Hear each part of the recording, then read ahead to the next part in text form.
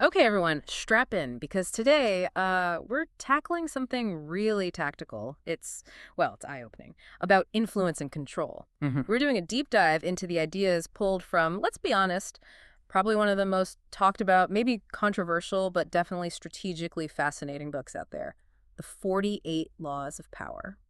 Yeah, and we really need to be clear right off the bat. Our goal here isn't to say, this is how you should act. Not at all.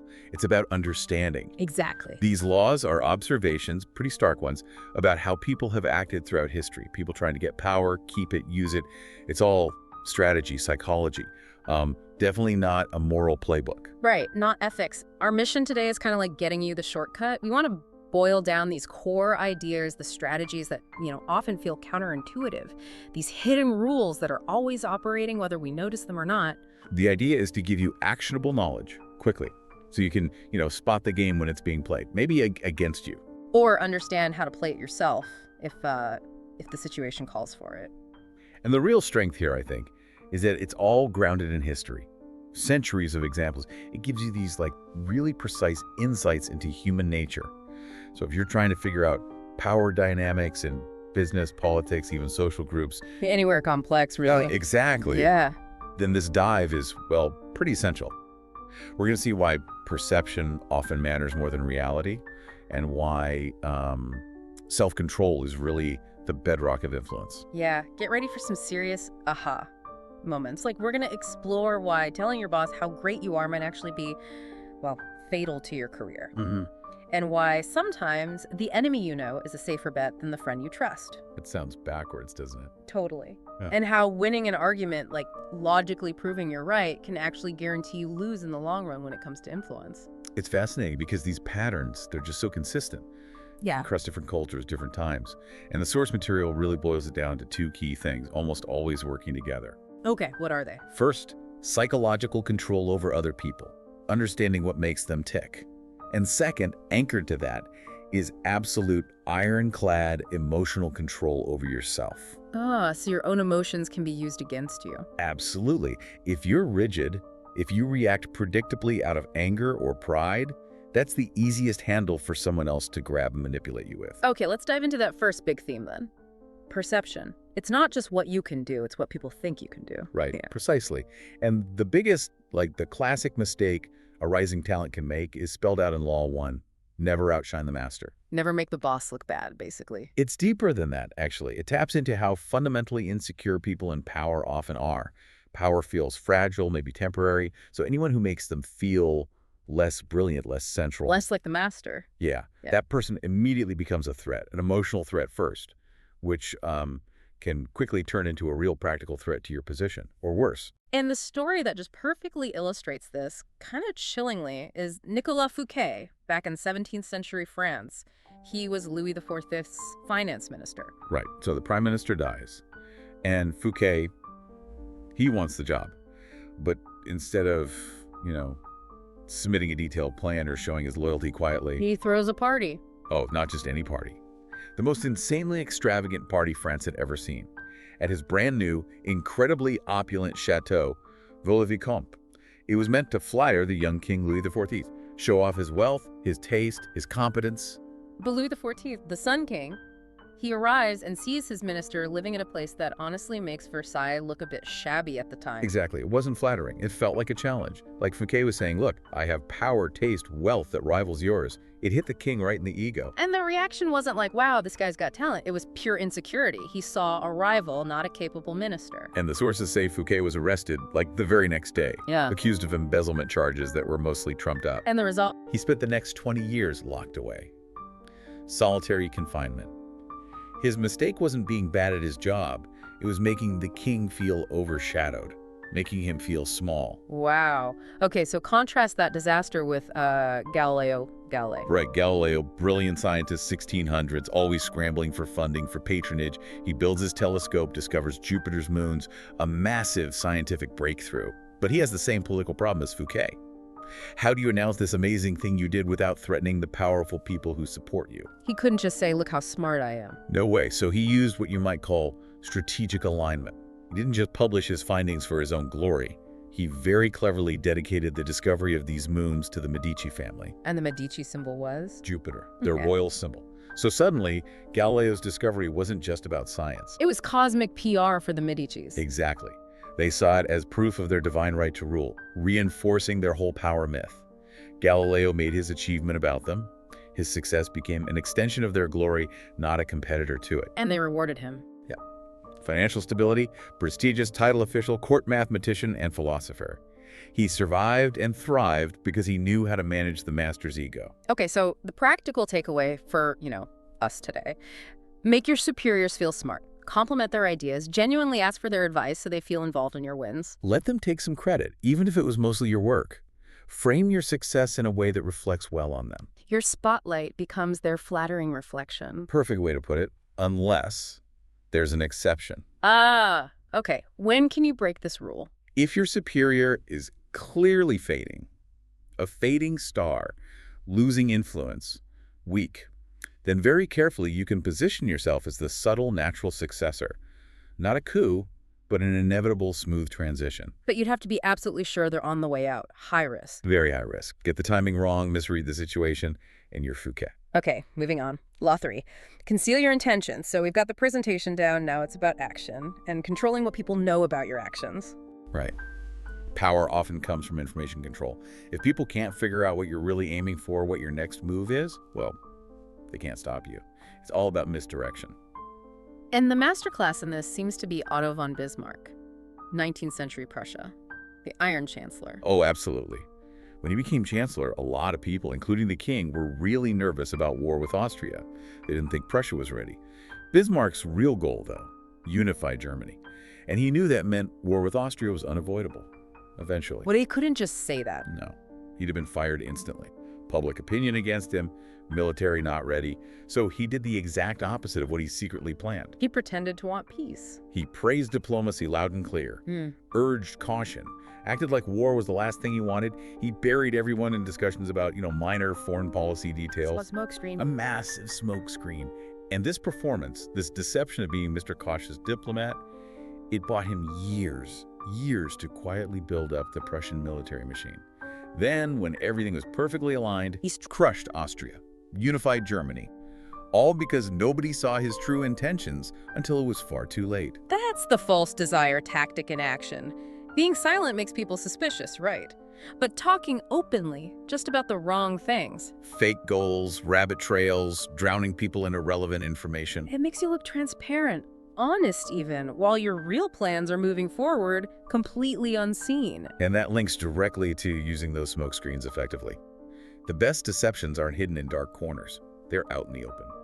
Appearing humble, friendly, maybe just, super busy with boring paperwork. People see the ordinary, assume you're harmless, and they just stop watching closely. Which leads to that other powerful tactic.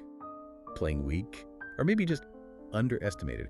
Think about it, the most effective power players often master this. If you seem a bit dull, maybe too specialized, not really leadership material. People write you off mentally. Exactly. They don't see you as competition, they let their guard down. And then, when the moment comes, you make your move and they're completely blindsided. They realize too late they underestimated the fool. Okay, Law 5. Reputation. This feels foundational. It's not just about image, it's about protection and attack. It's both. Your shield and your sword.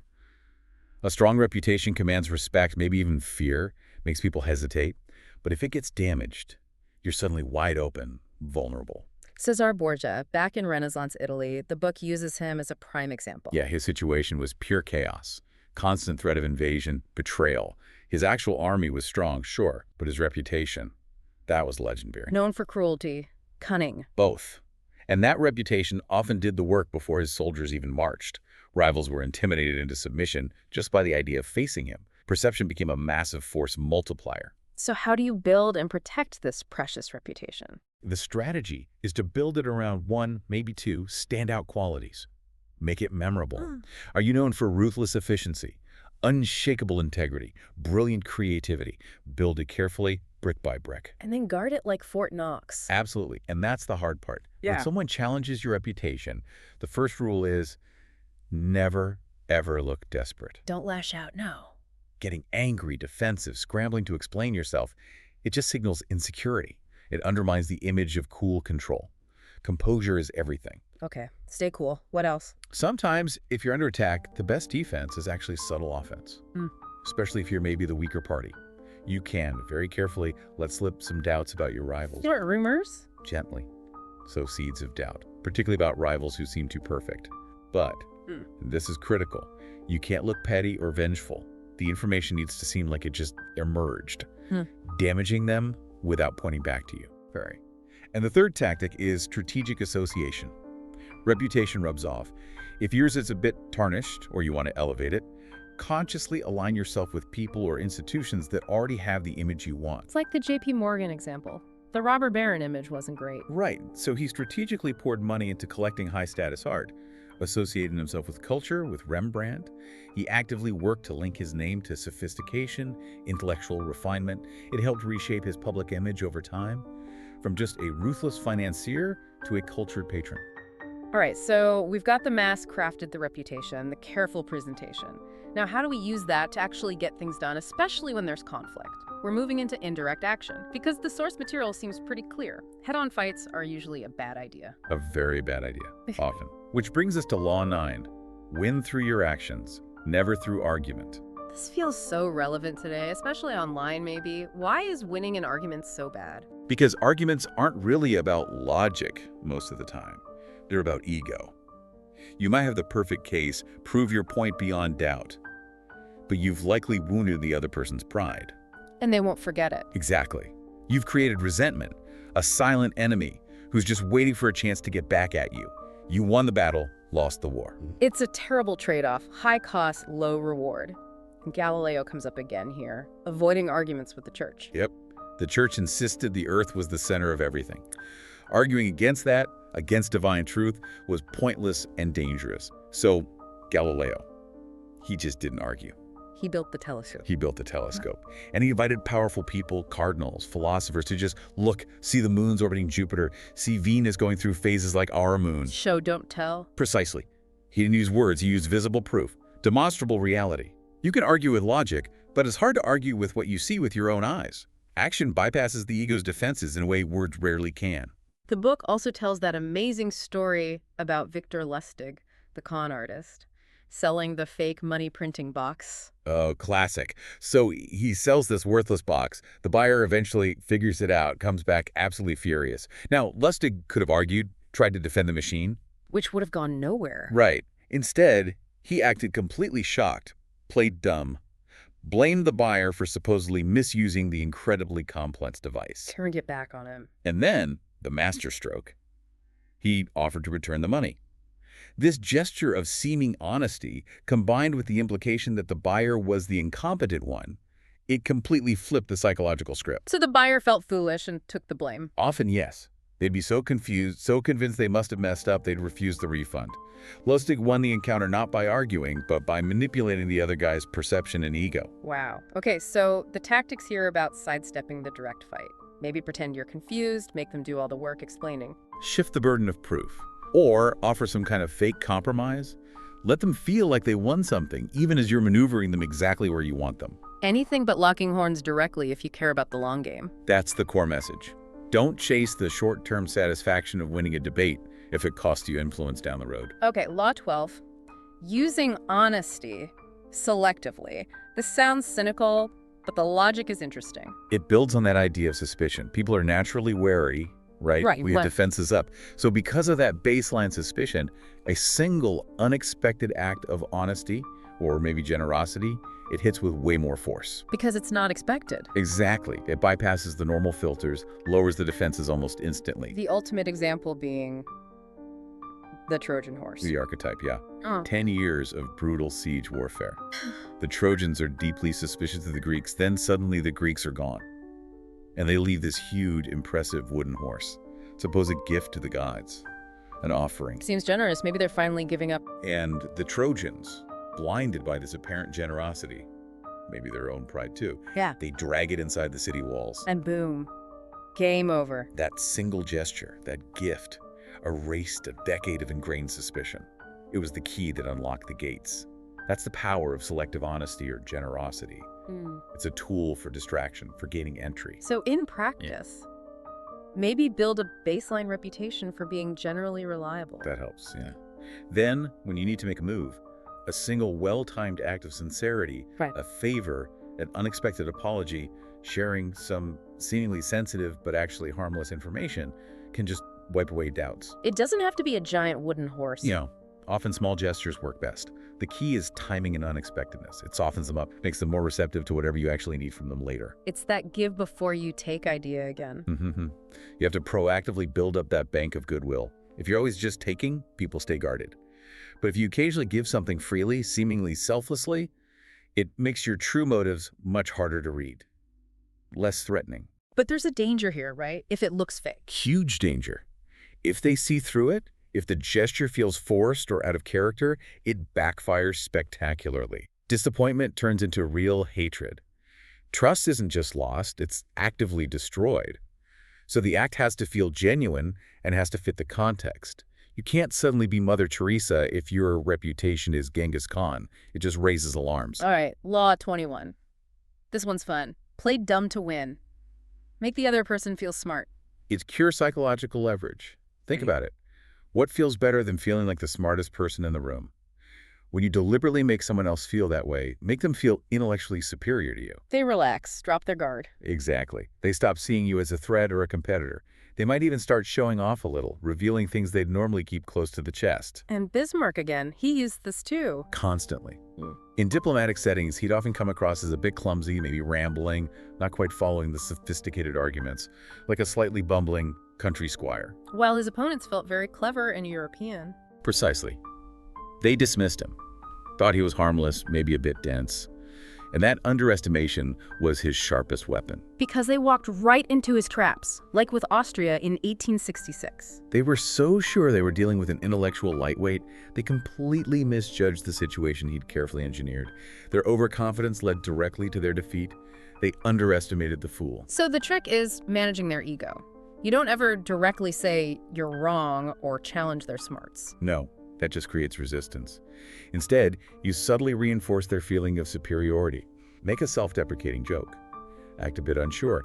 Ask them to explain something obvious. Asking simple questions seems key. It's brilliant. It forces them to elaborate, which feeds their ego, makes them feel knowledgeable. And while they're busy explaining things to the slow person in the room, they often let slip valuable information, thinking it's a harmless chatter. You become the likable fool. People don't compete with the fool. They keep the fool around, makes them feel better about themselves. You're non-threatening. Is there a catch? Can you overdo the dumb act? Yes, there's a nuance, especially early in your career. You can't seem completely incompetent. People, especially superiors, still need to see you as useful, capable of getting things done. So, useful but not threatening. That's the sweet spot. You need to project enough competence to be valued, but not so much intelligence or ambition that you seem like a rival. It's about appearing smart enough to help them, but not smart enough to potentially replace them. It's a balancing act. Okay, shifting gears a bit. Let's talk relationships. We're usually taught loyalty is key, friends are allies, but this material really flips that script, doesn't it? It does, and Law 2 is probably the most jarring for people. Never put too much trust in friends. Learn how to use enemies. It just sounds so cynical, almost paranoid. Like, are we supposed to just not have friends? That's the immediate reaction, and it's understandable. But the law isn't really about ditching your personal friends. It's about understanding the dynamics within power structures, work, politics, anywhere there's competition. Okay, so what's the specific danger with friends in those contexts? It's subtle. Friends are unpredictable precisely because of the emotional connection. Familiarity can breed envy, especially if you rise above them. They might feel entitled to your success or feel slighted more easily. And that resentment might be hidden. Often, yes. Because they're close, their envy or disappointment can fester beneath the surface. And if they do turn against you, their betrayal is often more damaging because they know your weaknesses, they have your trust, they have access. The book gives the example of Emperor Michael III. Yeah, 9th century Byzantium. Michael finds this guy, Basil, basically a stable hand. Basil saves his life. Michael is hugely grateful, elevates him, showers him with power, eventually makes him co-emperor. You'd think saving the emperor's life guarantees loyalty forever, right? You would think. A life debt. But power corrupted Basil. He wanted the whole throne. And because he was Michael's closest confidant, his friend, he had the access. The trust. French's assassination. Exactly. The very man Michael trusted implicitly, the man who owed him his life and position, had him killed and seized the empire. A known enemy couldn't have gotten that close. Okay, that's chilling. So contrast that with using enemies. Emperor Taizu in China. Right, Song Dynasty. Taizu comes to power after centuries of violent coups where generals constantly overthrow emperors. He has his own powerful generals, clear rivals who could easily try the same thing. The standard move would be execute them. That was the pattern. But Taizu realized executing them just creates fear and encourages the next general to plot even faster. So he tried something different.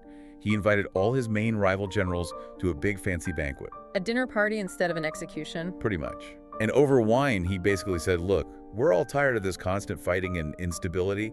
How about this? I give you enormous wealth, estates, luxury. You retire right now, enjoy your lives, and leave the government to me. And they agreed. They agreed. Instantly. Why risk their next plotting when they could live like kings in peaceful retirement? Taizu neutralized his most dangerous rivals without shedding a drop of blood. He turned potential enemies into satisfied, harmless retirees. So the idea is that enemies are more predictable. Often, yes. And the paradox is, an enemy you bring over to your side, someone you turn into an ally, might actually work harder to prove their loyalty because they have something to prove. Their past opposition makes them need to demonstrate their new commitment. So the takeaway isn't be friendless, but keep friends for real friendship, outside the power games if possible. For work, for alliances, focus on competence and shared interests, even if that person was once a rival. And the law even suggests, provocatively, if you don't have any clear rivals, maybe you should cultivate some open ones. Why? To keep you sharp. Partly that, but also because a known open enemy is far less dangerous than a hidden one pretending to be your friend. You know where the threat is coming from. All right, Law 7. This one feels, well, unfair. Get others to do the work, but you take the credit. It's definitely one of the more ruthless-sounding ones. But it reflects a hard truth about how influence often works. The world tends to reward visibility, not just effort. So doing the work isn't enough. You have to be seen to be doing the work, or at least seen to be responsible for it. Exactly. The logic is your own time and energy are finite. Why spend them doing tasks others can do when you could be spending that time managing perceptions, building alliances, planning strategy? The tragic story here is Nikola Tesla versus Thomas Edison. A classic example. Edison hires Tesla, this brilliant inventor, to fix and improve his generators. Promises him a huge bonus if he succeeds. Tesla works like crazy, achieves amazing results. And Edison basically laughs it off. Yep, says something like, Tesla, you don't understand our American humor, and refuses to pay the bonus. Tesla was the genius inventor, focused purely on the work itself. While Edison was focused on influence, branding, credit. Tesla died relatively poor and obscure for a long time, while Edison became this towering figure, a legend, often by taking credit, directly or indirectly, for the work done by people like Tesla who worked for him. Okay, but are there actual justifications beyond just, exploiting people? The book offers a few strategic reasons. First, delegation prevents you from burning out. It makes you look efficient, like success comes easily to you, which enhances your aura of power. Makes sense. Second, it lets you leverage skills you don't have. You don't need to be an expert in everything if you can effectively manage and utilize the expertise of others. And third, standing on the shoulders of giants. Right. The idea that progress often involves building on or even just repackaging the work of others. Think of Shakespeare borrowing plots or Picasso adapting styles. Their genius wasn't always pure invention, but synthesis, transformation, and crucially, making it their own in the public eye. Is there ever a time to share credit? Yes, strategically. The book mentions Henry Kissinger during the complex China negotiations. He sometimes deliberately shared credit for smaller breakthroughs. Why? To build goodwill, maintain alliances, ensure the whole delicate process didn't collapse due to bruised egos. So sometimes sharing credit is necessary for the long-term win. Exactly. Taking all the credit all the time can breed that dangerous envy we talked about earlier. Like Fouquet, you have to read the situation. Law 20. Do not commit to anyone. This sounds like relationship advice from a commitment phobe. Well, in a strategic sense, it kind of is. The core idea is that commitment makes you predictable, and predictability is the opposite of power. Once you're locked in, tied down to a person, a group, a single course of action, you lose flexibility. You become ordinary, trapped. Whereas if you remain uncommitted, you stay elusive, unpredictable, People don't know where you stand, what you'll do next. That uncertainty keeps them guessing, maybe keeps them courting your favor. You hold the cards. Queen Elizabeth I is the prime example here, right? The Virgin Queen. Absolutely textbook. She ruled England for decades and never married, despite constant pressure and countless suitors from all over Europe, Spain, France, English nobles. And she used that. Masterfully. Every marriage proposal, every negotiation became a tool. She could dangle the possibility of an alliance with Spain to keep France in check, or hint at favoring a French match to get concessions from Spain. By never saying yes. By never committing, she kept everyone off balance. She retained total control over England's foreign policy for decades, playing powerful nations against each other, all because nobody could pin her down. So how does this apply more broadly? What are the tactics? First, it's about managing expectations. Keep people wanting more. Don't be too available. Don't give everything away at once, whether it's your time, your resources, your opinion. Holding back creates value and desire. Never fully yield. Okay, what else? Stay above the fray. Don't get sucked into other people's squabbles or take sides too quickly in conflicts that aren't directly yours, if you remain neutral. You can be the mediator later. Exactly. When the fighting parties exhaust themselves, they might both turn to you, the neutral party, to broker peace. You gain influence over both sides without ever being a target yourself. And this requires emotional control again, doesn't it? Absolutely critical. Emotional commitment is dangerous territory. It makes you responsible for others' feelings, their problems. You get entangled. The law advises showing interest, maybe concern. Remember selective honesty, but keeping your core emotions and strategic interests detached. But surely there's a risk. If you play coy for too long? Huge risk. If people feel you're just playing games, stringing everyone along indefinitely, that desire can curdle into frustration, then resentment. They might see through it and decide you're unreliable, maybe even unite against you. So it's a fine line. Don't commit, but don't seem uncommitted to the point of alienating everyone. It's walking a tightrope. That's the challenge of Law 20. Okay, we're into the final stretch, the advanced stuff. Mastery of time, protecting yourself completely, and being like water. Exactly. These are about long-term survival and peak effectiveness in the power game. Law 26. Keep your hands clean. This sounds essential. You need to look spotless, right? Absolutely paramount. Mistakes happen. Ruthless decisions sometimes need to be made. Scandals erupt. The key is ensuring none of that dirt sticks directly to you. Your public image must remain pristine. So you need fall guys. Essentially, yes. The law highlights two main strategies for this: the scapegoat and the cat's paw. Let's start with the scapegoat, Borgia again. Caesar Borgia perfected this. He needed to bring order to a really rebellious region, Romagna. So he appointed this notoriously brutal guy, Ramiro de Orco, as his governor. Gave him full power to crush dissent. Which Orco did, ruthlessly. Made the region stable, but also made everyone hate him for his cruelty. Fear and resentment were boiling. So Borgia steps in. When the resentment hit its peak, Borgia switched gears completely.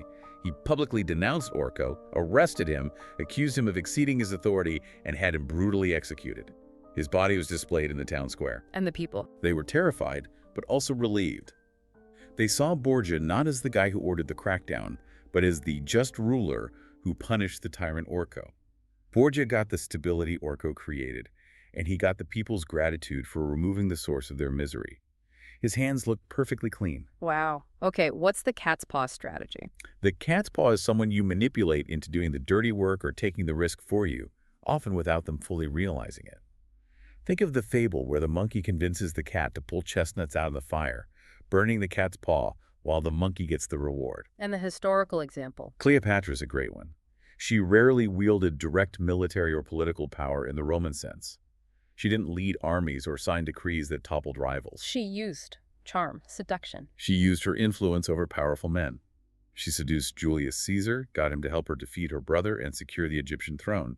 Later, she did the same with Mark Antony, using his Roman legions as her instrument to eliminate enemies and expand her influence. She got others to burn their paws for her chestnuts. So the takeaway is, always have someone lined up to take the blame if things go wrong. Have a scapegoat plan, yes. And find willing or unwitting cat's paws to handle the risky, messy parts of achieving your goals. Control the story, shift blame quickly, and make sure the rewards flow to you while the risks stay with others. Law 35. Master the art of timing. This feels crucial. Rushing is bad. Rushing signals weakness. Desperation. Yeah. Lack of control. Powerful people seem to operate on their own timescale. They exude patience, they wait, they watch, they act only when the moment is exactly right. They seem to own time, not be rushed by it. Like Rockefeller with Standard Oil. Perfect example. He didn't try to fight every market fluctuation head-on. During economic downturns, financial panics, when other oil companies were struggling, desperate for cash, That's when he made his move. that's when he struck. He bought them out, often for pennies on the dollar. He waited patiently for the tide of the economy to create the perfect opportunity for him to expand. He mastered the timing. The source material breaks down timing into different types. Yeah, 3 useful ways to think about it. First is long time. Think of it like riding a tidal wave. This is about immense patience, building power slowly, understanding the large historical currents, knowing when to push forward, but also when to step back and wait for conditions to change. Enduring power isn't built overnight. Okay, long time. What's next? Force time. This is more like being a chess player. It's about actively manipulating other people's timing. You might impose a sudden deadline to make them rush and make mistakes, or you might deliberately stall, delay things, disrupt their rhythm, make them impatient. You control the pace of the game to your advantage. Making them play at your speed. Exactly. And the third is end time. This is like the snake charmer striking. All the patience in the world is useless if you freeze when the perfect moment finally arrives. You've waited, you've prepared, now you need to act decisively, swiftly, with finality. Hesitation at the critical moment can unravel everything. Law 46. Never appear too perfect. This seems related to Law 1, about not outshining the master, but broader. It is broader, and it's about managing envy from everyone, not just superiors. The core idea is that people don't truly admire perfection. They might claim to, but deep down, it often makes them feel inadequate. It breeds envy. And envy is dangerous. Extremely. Envy doesn't motivate people to emulate you. It often motivates them to tear you down, to find flaws, to gossip, to sabotage. If you seem flawlessly successful, effortlessly brilliant, people stop blaming fate or themselves for their own struggles, and they start blaming you and your unfair advantage. Marie Antoinette comes up here. She's the tragic poster child for this. Her incredible luxury, her seeming detachment from the struggles of ordinary people, her perceived perfection and lifestyle. It made her the ultimate symbol of everything wrong with the French monarchy. She became a target because she seemed too perfect, too removed. Her perceived lack of relatable flaws fueled the hatred, the resentment that exploded in the revolution. Her perfection made her vulnerable, not strong. So how do you spot envy? It's often hidden. Look for subtle signs. Maybe excessive praise. Praise that feels a bit insincere, almost like they're setting you up for a fall. Or, conversely, overly harsh criticism of minor things.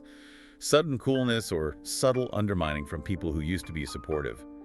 These can be warning signs that your success is breeding resentment. And how do you counter it? How do you not appear too perfect? You have to consciously inject some humanity, some flaws, admit to small, harmless mistakes occasionally, laugh at yourself in public once in a while. Show you're not above it all. Don't flaunt things. Definitely don't flaunt wealth, status, or even happiness too much. Blend in when you can. Remind people less of what they might lack. What else? Make a point of deferring to others sometimes, especially publicly. Let them feel important, give them credit for small things, and a really clever tactic.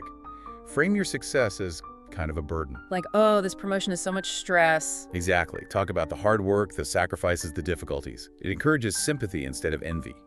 You turn a potential source of resentment into a point of shared human struggle. Okay, the final law. Law 48. Assume formlessness. This sounds very philosophical, like water. It is philosophical, but intensely practical. The core idea is that rigidity is death in a changing world. The second you solidify into a fixed shape, a fixed strategy, a predictable pattern, a rigid identity, you become knowable. And anything knowable can eventually be analyzed, predicted, and defeated. Bruce Lee's be like water philosophy. That's the perfect encapsulation. Yeah. Water adapts. It takes the shape of its container. It can flow or it can crash. The most powerful entities, whether fires or organizations or individuals, are those who can adapt instantly to whatever the situation demands. Fixed systems, rigid doctrines, those become prisons. The IBM example illustrates the danger of rigidity. A classic business case. Yeah. IBM dominated the mainframe era. They were computing, but they became rigid, stuck in that identity. When personal computers started emerging, they initially dismissed them, failed to adapt quickly enough. They were too attached to their old form. Exactly. And that inflexibility allowed more fluid, adaptable competitors like Microsoft and Apple to surge past them. By the time IBM tried to change form, the game had already shifted dramatically. They lost dominance because they couldn't be formless. So how do you cultivate formlessness? What are the tactics? It starts, again, with emotional control. Yeah. You absolutely cannot take things personally. Attacks, setbacks, criticisms, they need to flow off you like water off a duck's back. Emotional reactions make you predictable and easy to manipulate. Stay unreadable. Stay unreadable. Shift your tactics, your approach, even your apparent goals frequently. Make it impossible for anyone to get a firm grasp on who you are or what you'll do next. Be like a vapor. Elusive. Unpredictable. If your enemies can't pin you down, they waste enormous energy chasing shadows, trying to anticipate moves you might not even make. While they're confused and exhausted, Yeah. that's when you can act effectively. But this isn't just randomness, right? You still need goals. Absolutely critical caveat, formlessness is a strategy, not just chaos or passivity. You need an underlying purpose, long-term goals that guide you. The formlessness is in how you pursue those goals. You adapt your methods constantly, but you don't lose sight of the ultimate objective. It allows you to practice Law 3, conceal intentions, perfectly, because your specific intentions might genuinely shift and adapt from moment to moment. #outro. Wow. Okay, that was a truly deep dive into the mechanics of power and influence. A lot to process there. It really is. We saw the importance of perception, right? Thinking about Fouquet's disastrous party versus Galileo's brilliant, flattering dedication. Same goal, impress the powerful, totally opposite results based on understanding perception. And the need for indirect action. Bismarck pretending peace while planning war, or the simple, devastating effectiveness of the Trojan horse gift, avoiding the direct confrontation. And then ending on that core theme of self-control and adaptability. Rockefeller's patience, Borges' calculated cruelty, and this ultimate idea of formlessness from Law 48. It all seems to circle back to mastering yourself first. That's right. And remember, for everyone listening, the point of understanding all this isn't necessarily to go out and become some kind of ruthless manipulator. Absolutely not. Right. It's more about recognizing these dynamics when they're playing out around you, in your workplace, in negotiations, maybe even in personal relationships sometimes. Knowing the game is the first step to navigating it, or at least defending yourself against it.